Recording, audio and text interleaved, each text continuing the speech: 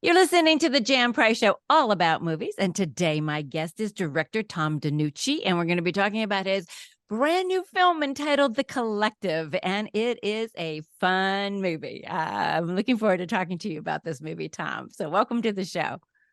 Oh, thank you so much for having me be here today. I can't wait to talk collective with you. I'm anxious to talk to you about The Collective for sure, for sure. Well, I actually, before I even go anywhere, I'm just going to tell you I see a sequel on the horizon. There could be other missions that need to be had down the road. Absolutely. I think so. I definitely think so. So let's tell the audience what The Collective is all about. The collective is about a group of secret assassins, but they're assassins on the good side of the business. And what they do is they target these really twisted, sick, powerful billionaires that are seemingly above the law. People that are corrupt and law enforcement might be on their side. Well, they get a special brand of justice dished out from the collective. Very good synopsis without giving too much away, which I Thank you very much. You're very welcome. So, how did this film come to you? How did you get involved in this project? I got a call from a really great friend of mine. He's like a brother, Richard Switzer, who I've collaborated with on many projects. He's the producer on this film. And he called me and he said, Tommy, I got this script and, I've done some crime dramas. I've done some horror movies. I've never done a traditional action movies. I got this action script, but I think you're going to like a lot of the elements in it. And I read it and I was like, ooh, it's an action movie, but it's got some horrifying elements. It's got some crime drama elements. It had a lot of the ingredients that I'm accustomed to cooking with. So I said, oh, I could do something kind of different with this. And this would be a great chance to, it's a great story to tell for my very first action movie. And you know what? And from the very beginning, it just keeps you. I mean, not every movie, when you start to watch it, keeps you that interested over the long haul. And this one does. It's really interesting characters and quite a bit of good action in the film. But you kind of based this sort of on 90s movies. Is that correct when I was doing my research? Yeah, this is my love letter to the 90s action movies that I grew up watching that, I feel like sometimes today, and I'm not pointing any fingers, but I think sometimes action movies today, they get a little caught up in kind of convoluting the storylines with a lot of different subplots that really aren't super meaningful. Whereas what I loved about this script, where it was just all about the mission and it drives like a train. And it avoids a lot of the cliches that these movies get into sometimes, where the hero needs to, has some romantic interest that he's trying to save or something like that. We took all that cliche stuff and we kind of threw it out the door and we just focused on the mission. And hey, if this secret organization of assassins really did exist, how would they operate? You can try and go from a place of realism as much as you can, even though the idea itself is a little bit out there. Right. Yeah, right. Exactly. But you never know. There might be a group out there. Maybe they're not called the collective, but they may be called something else. So we do not know. So it's Nothing would shock me, Jan. Nothing would shock me. Me either. The longer we're alive and learn a lot about a lot of things that have taken place in our history of this country, nothing would surprise me either. So you've got a really interesting cast in this film, and let's talk a little bit about each one. I mean, Don Johnson, he's always great, I think, and he was perfectly cast in this role. So how did you attract Don Johnson to this? And then we'll get into the other actors that you have in this film. Well, Don Johnson was brought on by the production company, brought on by Richard Switzer, brought on by Yale Productions, Jordan Levine. And, it's just one of those things where, Don's a legend, and working with somebody like that, it's just a real special opportunity. And I had the privilege of directing Don in a movie called Vault back in 2019, which is a mafia movie, a crime drama. And I'll admit, I was, it was only one of my first movies coming up, and I was a little nervous. I was a little intimidated by Don. You want to come correct when you're working with a guy like Don.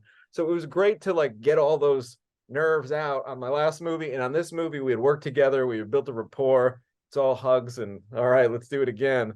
So it was really fun to work with Don. And I think that, obviously he's a super talented actor, but it's really nice to see him utilize just a little bit of snarkiness and a little bit of comedy. There's some Right. really subtle comedy that he showcases in this movie. Yes. And you know, for lack of a better word, he just kind of grounds the cast. Yeah, I agree with you. And I was going to bring up the fact that there, he's kind of the comedic relief in a way in this film. And I love, and I'm not going to give anything away, the little Easter egg that you planted. There might be a Miami Vice Easter Yes. egg of some Yeah. kind. Be on the lookout for it. Exactly. Well, you gave it away. I was trying to be, you know, surreptitious about I'm, it. I'm using it as a selling point. I want to There get you all are. the Miami Vice fans Oh, in the okay. woodwork. Good. That's a good strategy there, Tom, for this film. Well, Tyrese Gibson, you know, really wonderful actor. Let's talk a little bit about his character and how he came to this project. Well, Tyrese plays the role of Hugo, who's basically, you know, one of the key main chief assassins, part of the collective. He's the guy who gets things done when they need him to get done. But on this particular mission, he's going to take on a bit of an apprentice. So it's fun to see the relationship between him and the Lucas Till character, which we'll talk about Lucas, I'm sure, in a little bit. Yes. But what I loved about working with Tyrese is, again, I've grown up watching Tyrese movies. You know, I've seen his whole career, but his amazing career that he's had, not even talking about his music work that he's done, but just his work in front of the camera. And, you know, he's done a ton of action movies. So it was very important for him to get the fight sequences to be very authentic. And I remember him telling me right off the bat, like on day one, like, Tom, I don't want to be doing a 17 hit combination with a spinning back fist. I'm going to see the bad guys. I'm going to punch them in the face. I'm going to knock them out. And I was like, perfect. I love it. And it really helped to kind of just simplify things. And again, he was all about authenticity and making those scenes real. And you know, not that I'm this, you know, tough guy or anything, but I've seen quite a few real fights in my life. And usually one or two punches is all it takes. It's not this big like 4 hour fight that happens. So I really appreciated his dedication to authenticity. Right. And I do also, as a viewer, I appreciate that you didn't elongate and make these, fight scenes unrealistic. Let's put it that way. That they were realistic, and that's really important because we become immune after a time. We see a lot of action films, and there's so much in all of them, and after a while, it's just like, oh gosh, it's just too much after a while. So I liked the minimalist way that you approached the fight scenes in this film. I think that was a very good choice to do that. Thank you.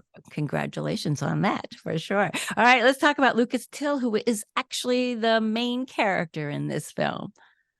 Lucas is our quarterback for sure. Yeah, He's the yeah. number one guy, and it was such a pleasure to work with him. I obviously never worked with him before. Got a chance to watch some of his stuff before we started to work and really kind of study what he brings to the table. And of course, when I read the script, the Sam Alexander, the main character, he's doing an awful lot of butt kicking and fights a lot of physicality. And I said to myself, man, whoever plays this character is like actually got to kind of be able to handle themselves a little bit. So it was great to see on day one, working with Lucas and our stunt coordinator, and he took to it like a duck to water. He's already had some previous training. He's done Brazilian jiu-jitsu. He's trained martial arts. He's got some experience with firearms and things like that. So not only is Lucas an extremely talented actor, but as far as the physicality, he really nailed that as well.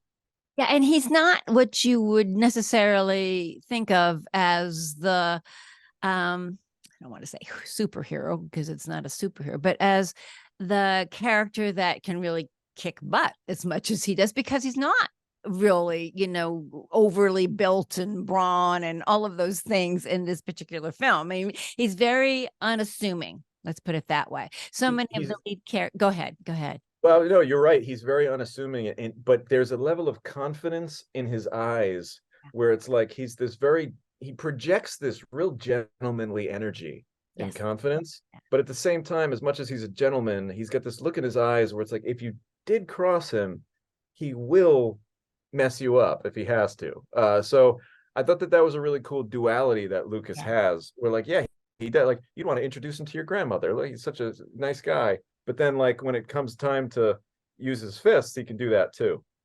Yeah, I agree with you because it is more of a surprise. I do like the duality, exactly that.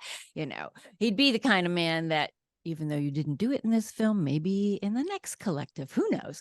There might be a female character that he has to save, and he's the kind of man that you would want to save you, and you wouldn't assume that he'd be the kind of man who could save you. Let's put it that way, because it's unassuming. His power in this character and this role is Yeah, that look, he's unassuming. Go ahead. he's not The Rock. It's not like No, you some like the guy or Batista coming in to or rip someone's arm Van off. I Dodge, know what you Van mean. Damme, whatever. You know, it's yeah, none of those. Go on. Yeah, and I think part of that is what makes us root for him too. You know, the fact that like he does have to, one of the early conversations I had with Lucas was, okay, this character used to be an attorney. He worked for the DA's office. So Lucas and I were chatting about how, well, he's probably a really great talker. He's a silver-tongued kind of guy.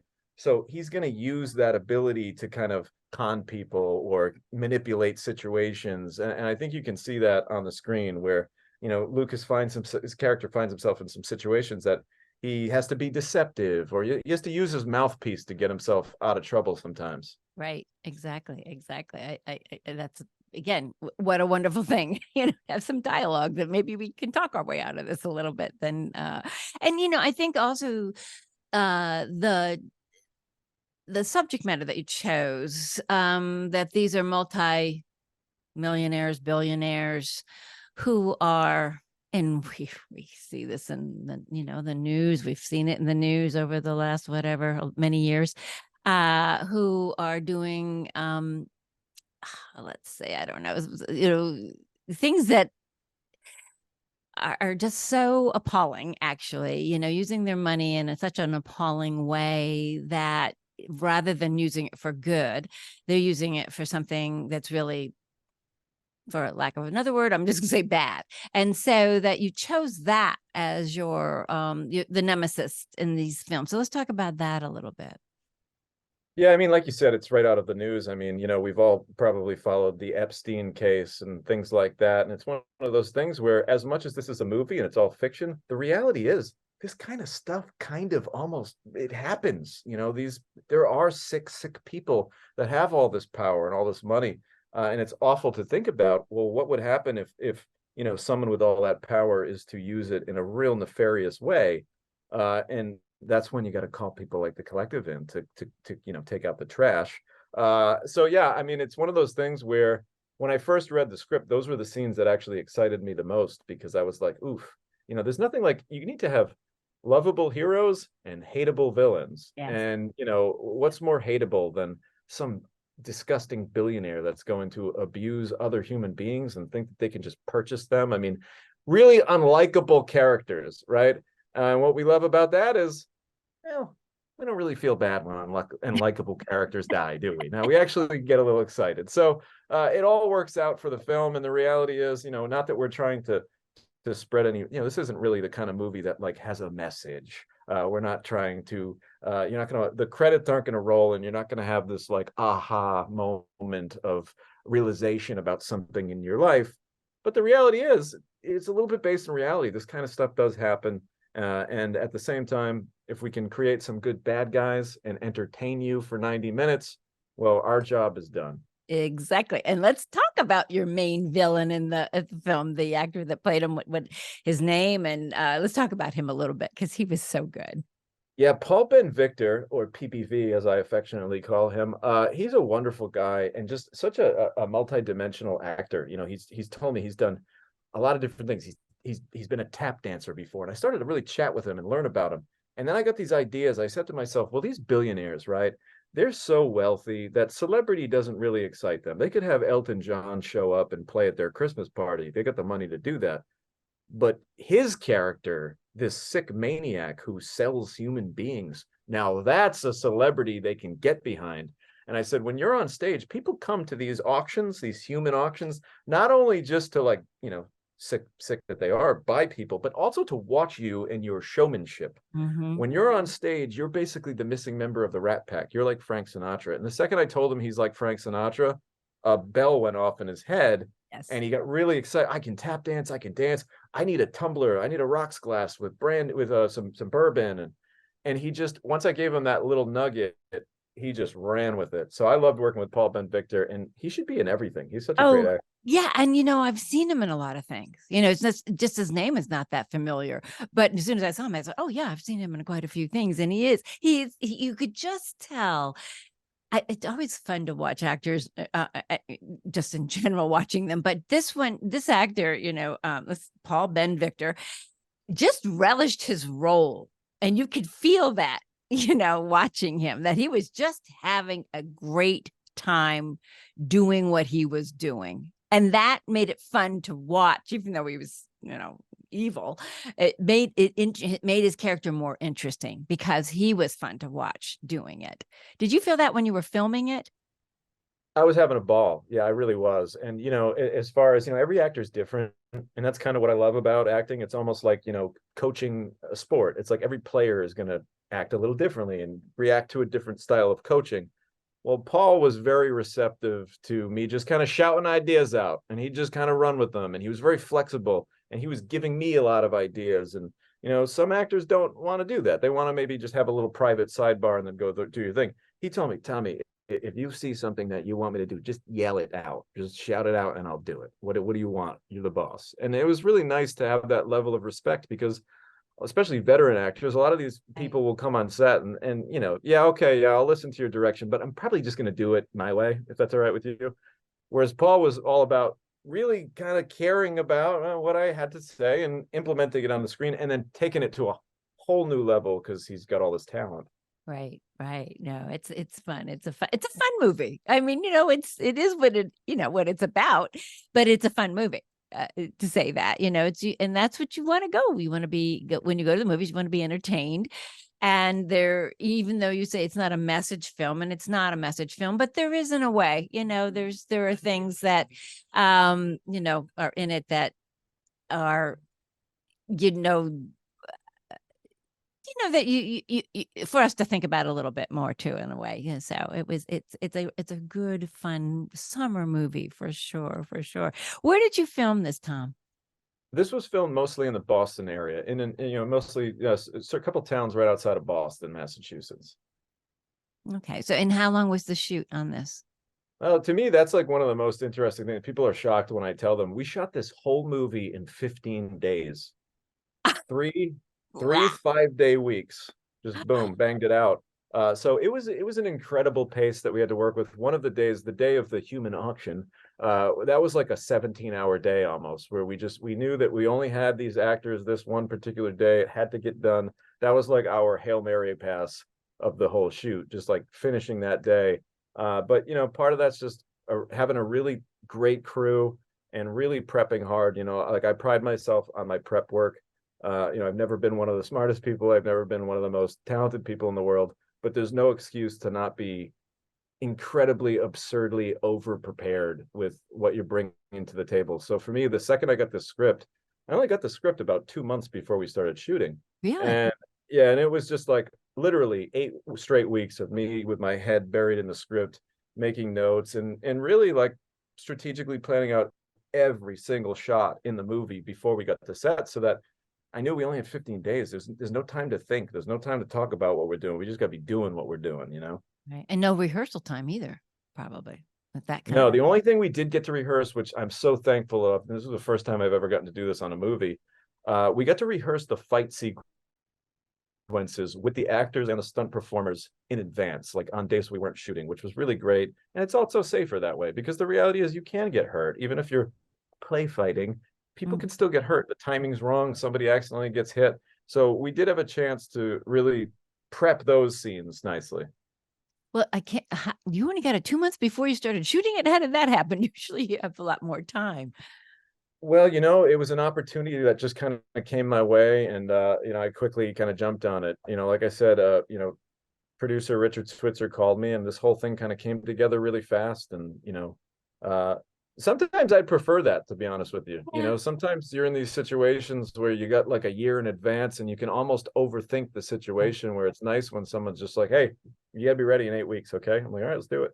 and then you do it. I mean, sometimes when we have, yeah, right, exactly. When we have too much time, so I'll do that another time. I won't have to work that hard, because I Right. have time. But when you only have 2 months to prepare, then it's like, oh yeah, yeah, let me get this done. I have to get this focused and do it. And Well, I was afraid, to be honest with you. Like I always work better when I'm a little scared. yeah, And I read the script and it was a very ambitious script to shoot in 15 days. So I was a little terrified and I was like, how am I going to do this? And I was like, well, you better know exactly what you're doing every second of the way.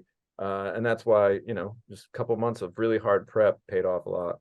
yeah. No, did the cast come to you also with the script, or were you part of that casting process? I didn't cast any of the major players. That was all a product of, Yale Productions, Dawnlight Entertainment, Richard Switzer, our producer, Jordan Levine, they brought the cast in.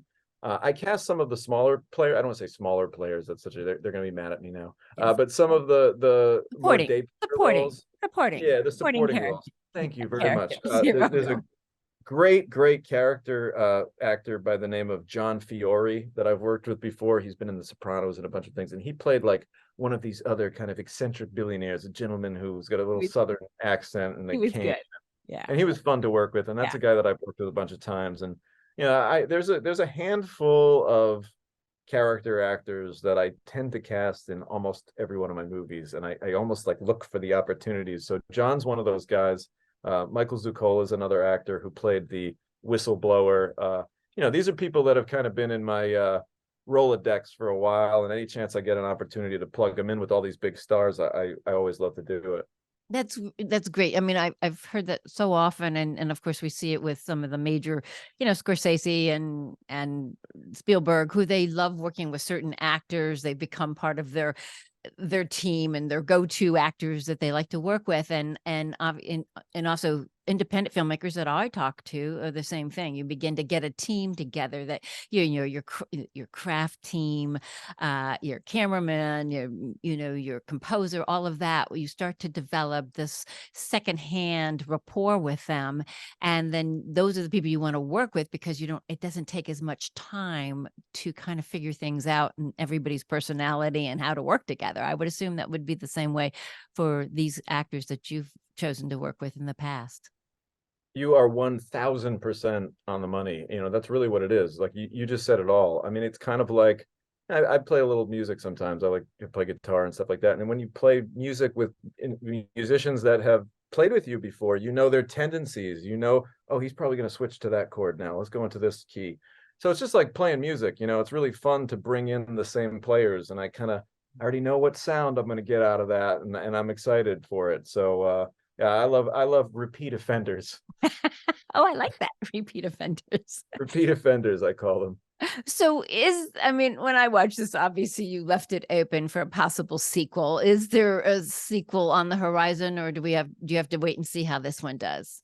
Well, I can't say for sure there's a sequel on the horizon, but I can say that there is other forms of evil on this planet that the collective will undoubtedly have to stop. Right. They didn't save the world on this mission. They just took down one faction. So I would love to play in this world again. I would love to revisit these characters and see what good old fashioned action movie version of a sequel we can make with this thing. Yeah. Well, as I said, I think it's a fun movie. As I said, a fun summer movie.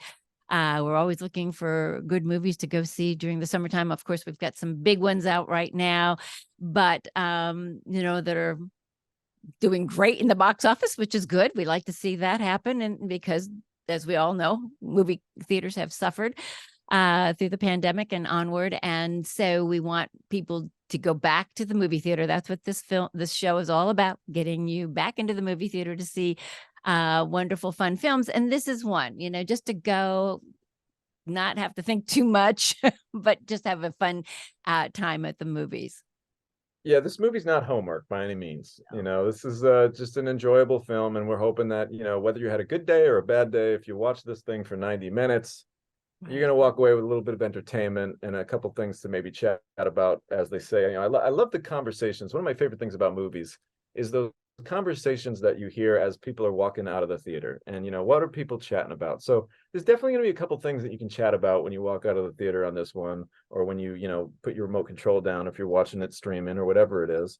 But I'm excited for that. And yeah, I think you mentioned something really exciting too. It's one thing to watch something by yourself, but there's something about watching a film with an audience full of people that are complete strangers and taking part in that experience. Yeah. It's a special thing, and I hope that never goes anywhere. I totally agree. It's so different watching it in the movie theaters. It really truly is. So, Tom, where can people? Where our time's running out? Where can people see The Collective? People can see The Collective on Apple TV. It'll be on various other streaming platforms. I would say just, punch it in your Google machine, watch The Collective, and you'll get a list of places to watch. It's so funny now. When I first started doing this, you'd be like, watch it on DVD or watch it here. Now there's 5,000 platforms. So it's kind of just like, Google it, you'll find it. But I know for sure Apple TV is showcasing it. Great. And I love Apple TV. So it's a good place to see it. But if it's in the movie theaters, go see it in the movie theater. Yes, it will be playing in some select theaters. And if there are any movie fans out there, I have a weekly podcast called And Action every Tuesday on my YouTube channel. Just punch in Tom DeNucci into your YouTube. I'll come up, and every Tuesday at 11 a.m. we talk about a various topic in the world of film, and they're all specific to experiences that I've had and movies that I've worked on. So check out And Action Filmmaking Podcast on Tuesdays. Great. Wonderful. Thank you so much. Everybody check it out. Well, I wish you much success with The Collective, and thank you for being on the show today. Thank you so much. You have a great day. Yes, you too. Thank you. Bye. Bye.